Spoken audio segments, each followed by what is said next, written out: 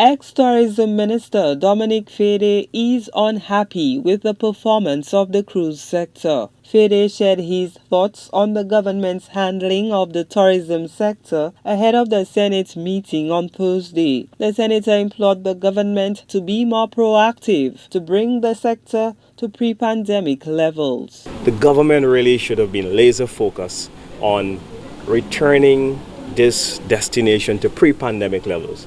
When I look at the stats, there was an April report which they didn't really put out because there was nothing to shout about. It was just very ordinary.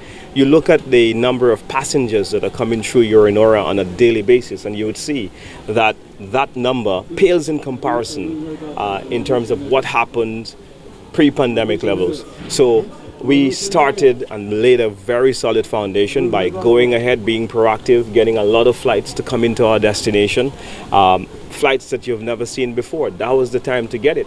That's why we were one of the first to open up in the Caribbean after the pandemic. Now, in tourism, you've got to be proactive. You can't be reactive. Fedee also expressed disappointment in what he says is a lack of cruise vessels in Port Castries over the past few months. It's not going to be the sort of cruise season that we're used to before the pandemic, but I'm very happy for the vendors, for the taxi drivers. There's going to be some business. When I look at the number of calls, they're still way behind where we were in pre-pandemic levels, but all the same, progress has got to be saluted, and we're looking forward to seeing that. I was very disappointed that in the season that we didn't have those ships that were coming in on a Wednesday and a Thursday by Carnival Cruise Lines and Royal Caribbean, but all the same. The ex-tourism minister argues that airlifts will be key to achieving the recovery of pre-pandemic numbers.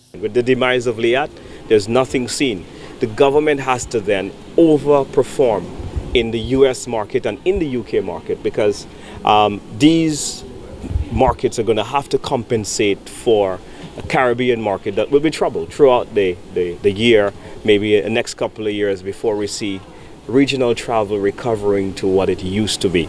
And that is all because of the fact that Liat is down. Tourism Minister Dr. Ernest Hilaire, during a CTO media conference in September, disclosed that St. Lucia witnessed its largest number of arrivals for a monthly period post-pandemic, with soaring figures in July 2022. The majority of visitors hailed from the United States of America.